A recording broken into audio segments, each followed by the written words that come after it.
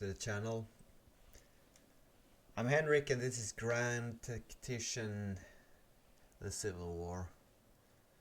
We're now in mid-March 1862 and a bit of an interesting development in Virginia. Nothing much happened in the west, but there was a battle at Manassas, and then there was a second battle at Manassas that I auto-resolved, which of course was a mistake, because both sides suffered 4,000 casualties, even though I outnumbered, as far as I remember, around 3-1. So I didn't bother to set up and fight it. I thought he was going to run away, but he inflicted a lot of losses, the same amount as I did. And therefore my army is now very shaky, as you can see here. There's a lot of red shaky units, low morale. And after that, they marched down the Army of Occupation from West Virginia under, I believe, McClelland. Yeah, here he is with these 14,000 men. So we outnumber him. We defend on a rather nice river line. Oh, 12 to 23,000. But our army is very shaky.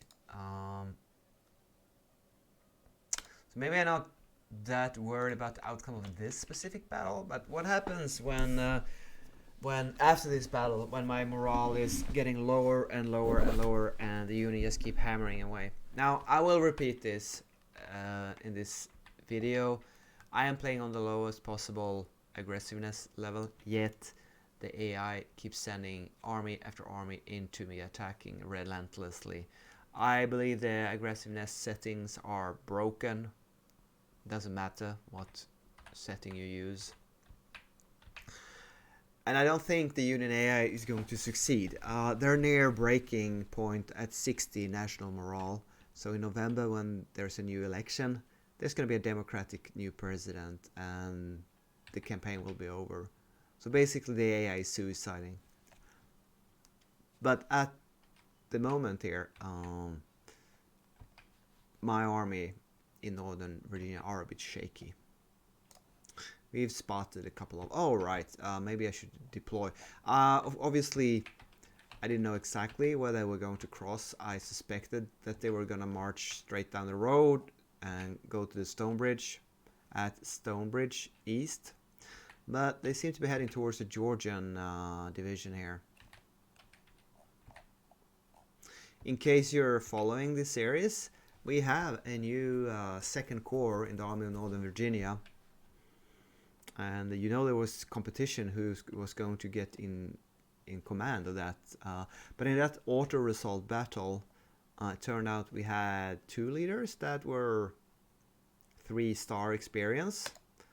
And one is Army of the Shenandoah's commander, now Lieutenant General Joseph E. Johnston. He used to be a Major General, but he had 3 stars of experience. So as a consolation prize, because Army of the Shenandoah is just a corps under Lee's Army of Northern Virginia, which is a proper full 4-star army now. But he got a promotion as consolation prize, and the other new corps commander, under the 1st Virginia Corps here, a bit surprising, is H.T. Walker. He was a brigade general for the Georgians because he's a Georgian, but now he commands the... It's actually all the Virginian troops, all 10,000 of them, most of them, almost all of them. And the Virginians are in reserve first because they're more shaky than the other Army of Shenandoah. I should name that to corps. It gets confusing to you, my dear viewers, not to me, but anyway. So we have a bit of Virginians, shaky Virginians over here on the right crossing, but I want to keep him on the other side of the river. So I think I need to send the second... Yeah, I'll send them down here. They can march in line. I don't think, like, shaky, stupid, stable morale which is capped by nothing. All right.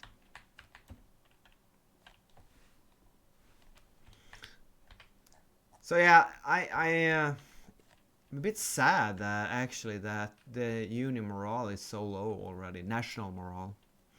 I done some reconfiguring as well. I micromanaged weapons, meaning that I think all infantry units in this army are now equipped with modern Springfield rifle muskets. Yeah, the Palmetto sharpshooters here, they are an exception with three level 3 perk sharpshooters. This is a scripted AOM overhaul mod unit. They have the Whitworth rifles. I think they have a new commander, Coleman. He was a very good lieutenant, and of course he got promoted when he took over command of the 645 sharpshooters, the best in the entire Confederate army. Yeah. Well, there used to, I can't remember his name, but there used to be a rather lackluster commander of my elite sharpshooters. So here comes Pick. He's going to charge the bridge, it seems. A bit of a Burnside's bridge charge, maybe. We'll see. Can hear the artillery opening up. That's nice. Oh, they're going into line. And here's a Ulysses regiment.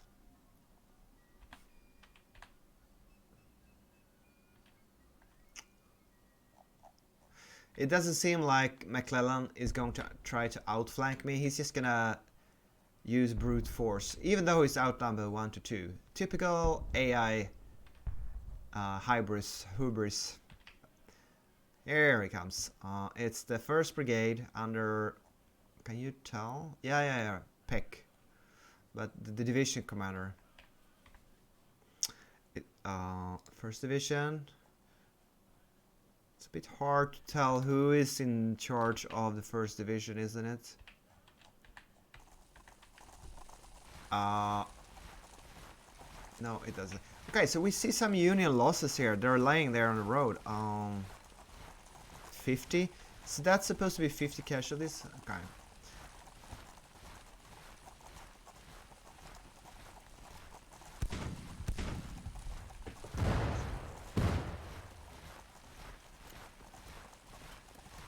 I have all my artillery focused on this portion of the front. So,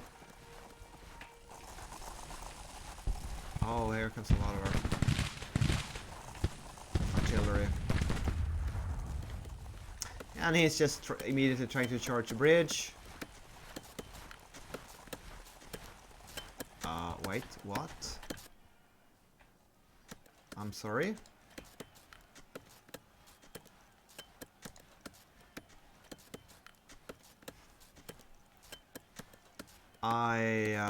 I don't understand. Dashless Brigade here has left his position and moved over to the left. I don't understand.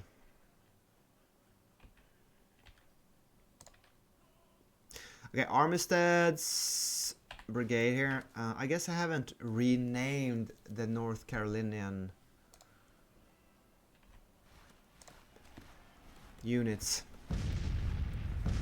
Okay, that's unfortunate. I mean, I wasn't aware that the AI did that.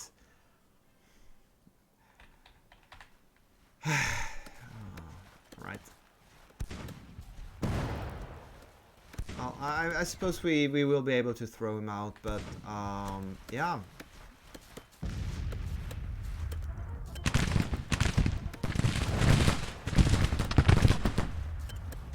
It's just annoying. I mean,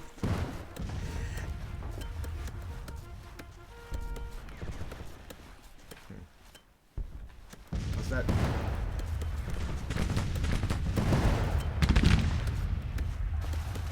Alright, they're running. Okay, hopefully I can get Pettigrew. Pettigrew's brigade is constructing, but Dashless brigade here. I need them to get back in their trenches. We have some green units here. I wonder if those are... Yeah, those are US Army regulars. 1 star, 900 of them.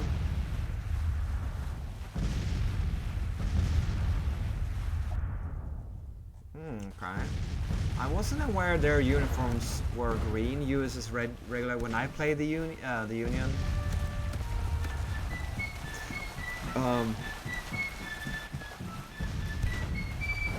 McClelland's Army of Occupation, which has never been trashed properly by the Confederate forces. It ought to be in rather good condition after wintering in West Virginia.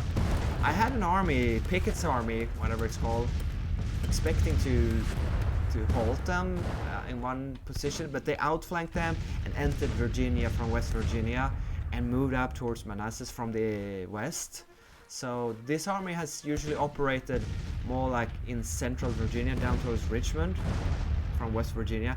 They've never been up at Manassas towards Washington. If I can explain that verbally without being on the strategic map. So we'll see how it goes in this battle. I mean, I obviously placed my fresh brigades in the front there, and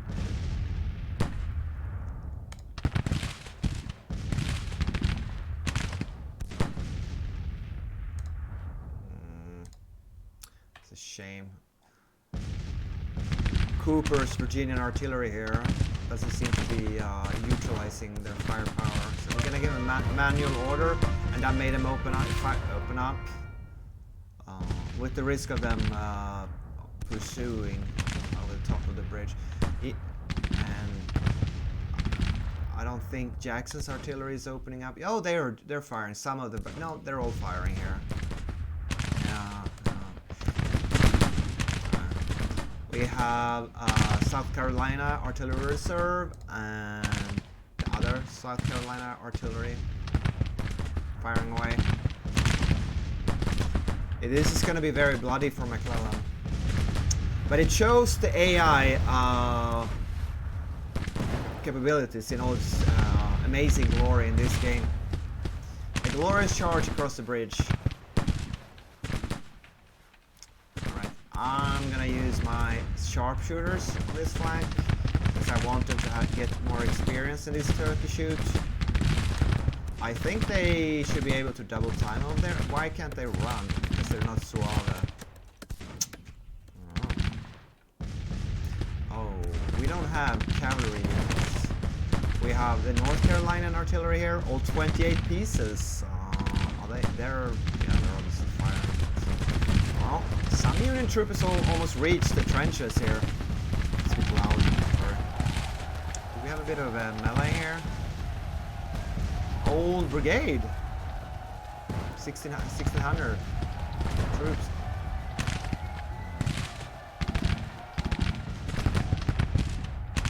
Now, I'm gonna send out some Georgian skirmishers. Flank them here. It's just too good an opportunity to not flank them.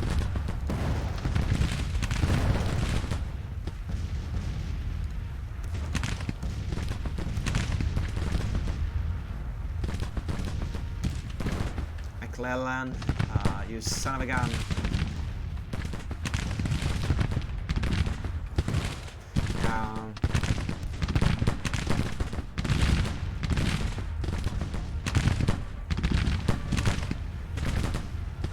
Daniels skirmishers are going to engage all across the river. I was guarding this pontoon place here.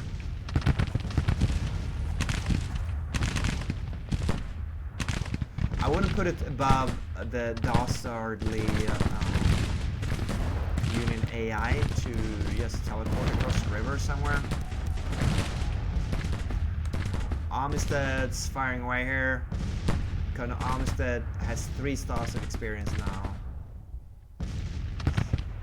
And his troops are still determined. They are taking some artillery fire, but other than that, they are in a strong position in their trenches here.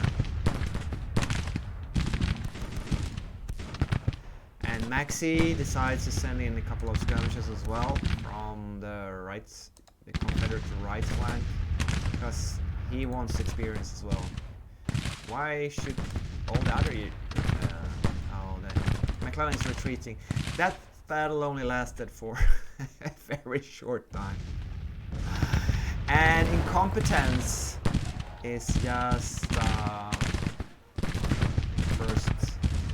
I don't know what to say.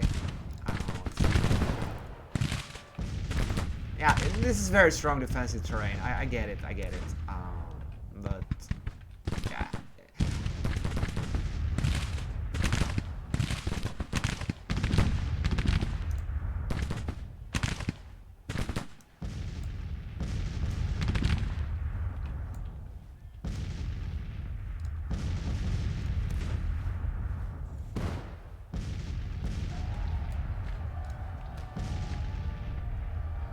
And artillery is still hammering away, but I don't think infantry can fire on broken or routed units. So they're very gentleman-ish in this game. You can't keep shooting and pursuing routed units for some reason. I wonder if that I'm not. Are they crossing here? Yeah. Okay, they actually tried to cross the pontoon bridge location.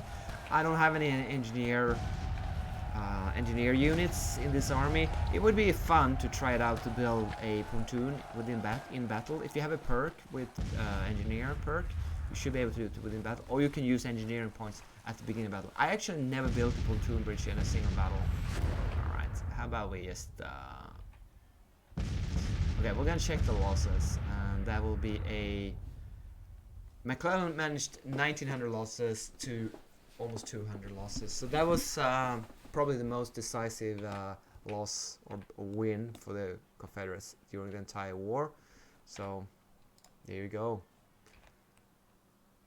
Yeah, and now obviously we can't do anything. I think maybe if you're really lucky you can catch them in melee, but I'm just gonna write this one out. McClelland had enough. Just let him run away. I'm gonna congratulate Armistead and maybe make him a brigadier after this battle for holding the bridge so bravely. Let me know in the comments what you think about that. Alright, they even managed to lose their 10 guns.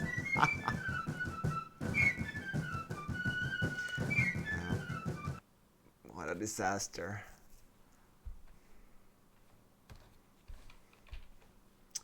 It takes away so much enjoyment of the game that the tactical battle AI is so highly mediocre.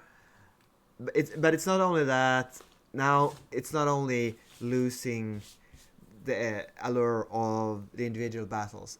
It's actually losing the entire campaign in early 1862. And there's nothing to do about it because you can't play on higher difficulty, you can't play on lower aggressiveness settings. There is only one mod, which is it's more challenging, but right. We have only 30 prisoners and we got 1,300 rifles. Thank you.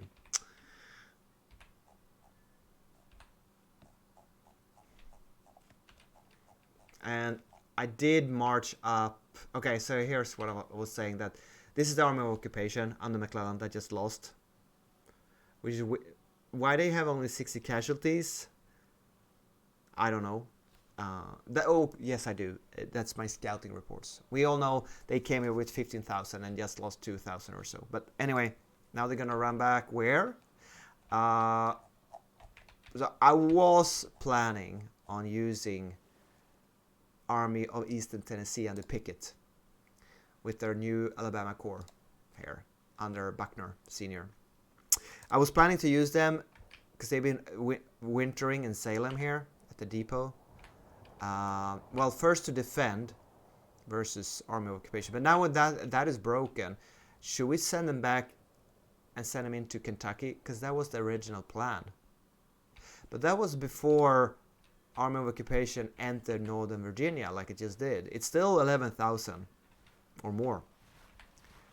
And I think before this battle we had an estimate of 58,000 Union troops around Washington or Manassas, whereas Army of Northern Virginia is only 23,000. And before that auto-resolve battle, I was fairly confident about, okay, maybe 2-1 I can do that during the summer. But now when they are have very low morale and readiness here, okay, so Joseph Johnston's corps got a new perk, and that's always a hard choice. I don't want to use these troops in sieges, I suppose. So we should give him like a field move around. Flying column is nice because it increases movement speed and gives you more maximum supplies. But we are sitting on a high level supply depot here in Manassas, and we're not planning to move around a lot at high speed, and we're not going to be out of supply by invading Pennsylvania anytime soon. So right now that's not maybe the best. What else is there? Is it the land torpedoes? Where is that? It's a bit of a weird one. Is that it? Yeah, here it is. Land torpedoes. That gives skirmishing efficiency 7%. The thing is, I still don't know what skirmishing efficiency is. If it was how skirmishes operated within tactical battles, that would be nice. I don't think it is. I think it's in siege battles, but it's possible to know.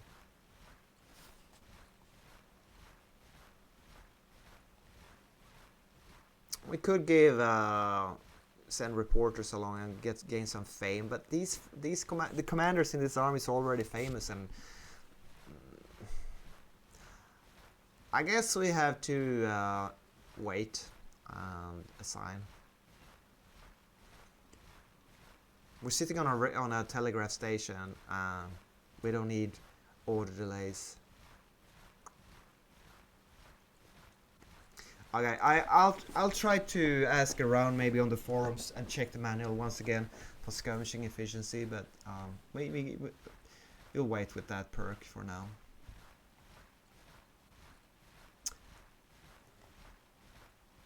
Okay, interesting. We could check this in real time now. We have the Conscription Act, which should prolong all my existing contracts to 36 months. So we'll go into the any unit ledger, militarily. Here we have the units. So instead of, okay, yeah, it seems all contracts are now running on 36 months here in the mid column. Good, as it should. So now we have 3 years from today's date to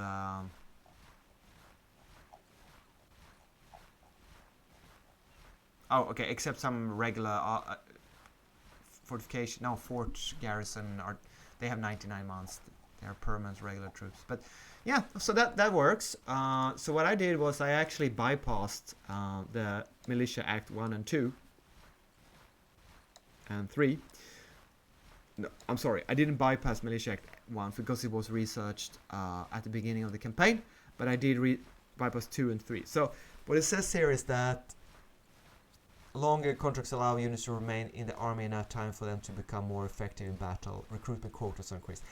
It doesn't explain anywhere where recruitment quotas are, but I can only assume that we are going to get more volunteers. You know, we should have draftees now. Okay, very interesting. Before this, I had 12,500 volunteers. So when this policy was completed, we get a clump sum at once of, well, you help me do the math because I'm old and I can't. 26,000 volunteers and 67,000 drafts. So we now have a much larger volunteer pool to recruit from, which means this is gonna last me quite a while. I probably don't need to do the conscription 2 and 3 right now. Georgia has 8,000, Alabama 6,000 volunteers. So they could field another. They can have more troops on the field now. We can recruit more brigades. Maryland, well, Maryland only has 48 state support, so I don't want to use their 3,000 volunteers anytime soon. And that's it. Oh, North Carolina's gotten more. So we're gonna recruit more infantry units, but only from... Wait, I need to make sure I have clicked all. Did I miss anything?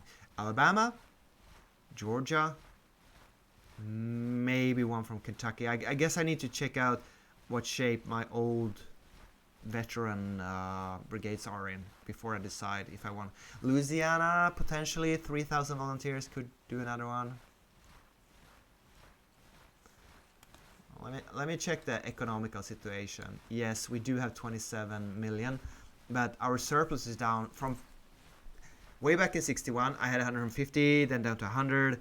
Then when I introduced the army system, the organization reforms, it says on the tooltip that it's supposed to get supply cheaper.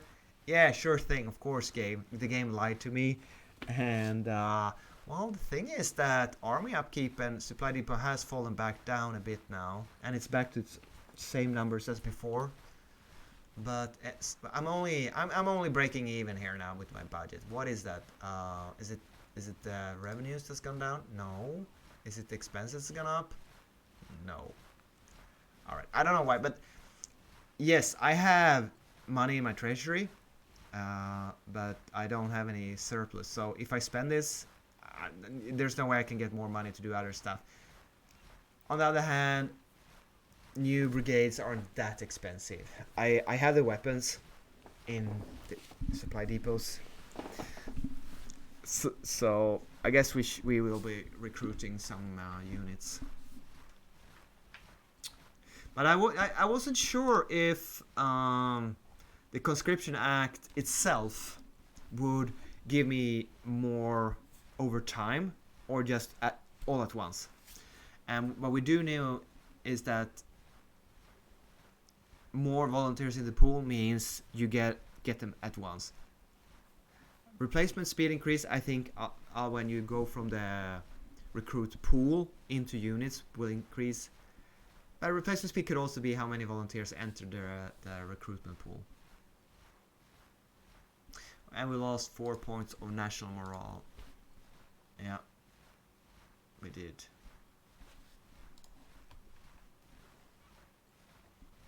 So you let me know which one is the next policy we should research. I was planning on Militia Act 2. It doesn't really cost anything but the time to recruit to research it, 1 month. But I don't absolutely need the... So we could do something else. Here's something interesting. If you go for diplomacy, there's 1, 2, 3, and then you have to do 4 policies. And once you've done 4 policies, you can do organized blockade running. That gives 25% blockade running efficiency. I don't care so much about 2 union national morale. In the great scope of things, that is not a big deal. But blockade running efficiency 25%. What would that mean?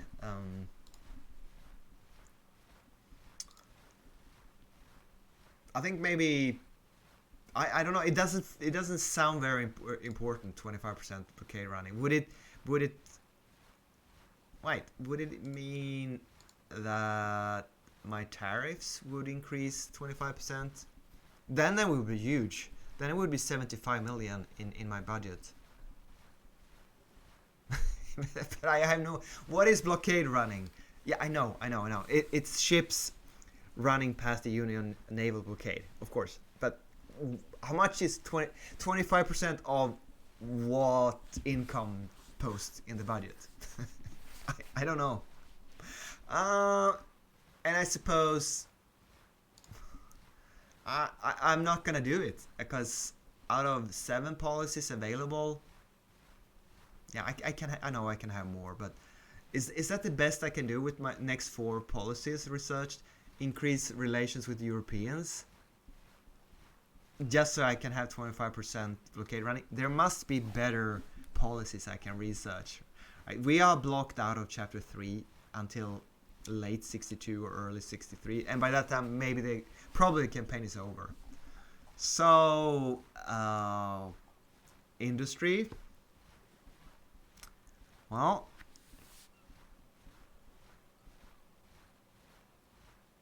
it maximum amount of annual industrial subsidies is increased. Yes, but I don't have any income to throw into subsidies of industry. And it opens up further industrial projects, and I don't have subsidized money to put into that. But construction of further industrial complexes and railroads.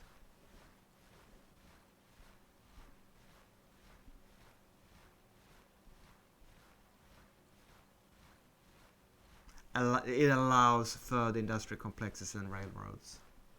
It doesn't, I still have to pay for it with money I don't have in my budget. And industrialization 2 is the same, right? And we would, and even if we go, so if you have a good economy, okay, here's another interesting thing. I can't do Regulars Act because it's locked to Chapter 2. I think that's the AOM overhaul mod that has locked this, because they give you a lot of regular troops, so they don't want to give these 6 vanilla campaign brigades, because you get a lot of other better researched. So I think it's just locked out. But locked to Chapter 2, what the hell do you mean? We are in Chapter 2. I can definitely research both acts and policies in Chapter 2 here. So it would be better to me if it said locked to overhaul mod. Maybe you can't say that. I don't know, but I mean, it's locked. It's grayed out. I can't do it. Free trade? No, I don't want to lower my maximum tariff rate to 50%. That would be a disaster. Let me show you what that would mean. If you do that ever, yes, I am running 50% of tariffs. That's 300 million on my budget. You take away 35% of that and maximize it at 15, which is what it says. I never tried it because it seems incredibly stupid to do. That would take away 35% of this, and I can't do that in my head. Yes, I can. It would take away all about 105. It would take away 2/3. Yes, it would. You would lose 200 million. out of 400. Like, yeah, I'm gonna do that. That sounds that sounds reasonable. So the Europeans will like me +10. Yes, I'll do that. I mean, I must be misunderstanding this, because it would be economical suicide. And we already have letters of marque.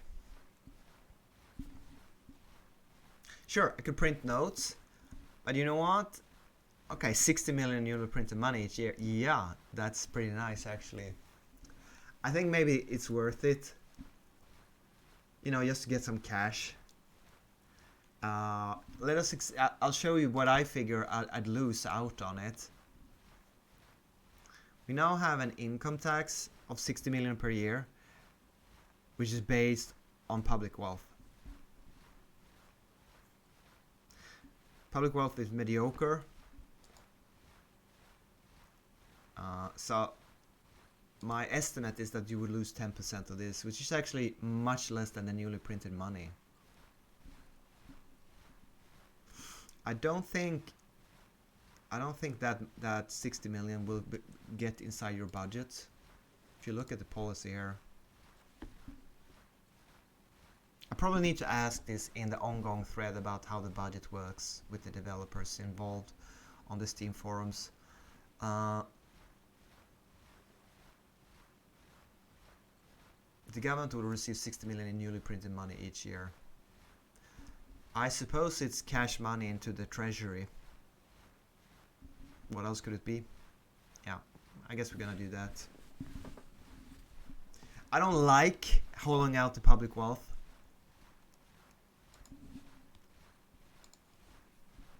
So I think I'm gonna remember my income tax being 60 million. I'm gonna write it down because I won't. 60 income is 60. There we go. I have it on pen and paper now. Let's see if we can get that down 10%. Yeah, I need more cash. Screw the Confederate population and their saved up money. I am the central bank. I'm just gonna print money, and that's gonna make it better for me. I'm gonna raise my own salary as central bank chief as well. By the way, there we go. Boom. Okay, I think that's enough jabbering for one battle. Poor McClelland, poor little Mac. Run back to West Virginia, and I will see you in the next one.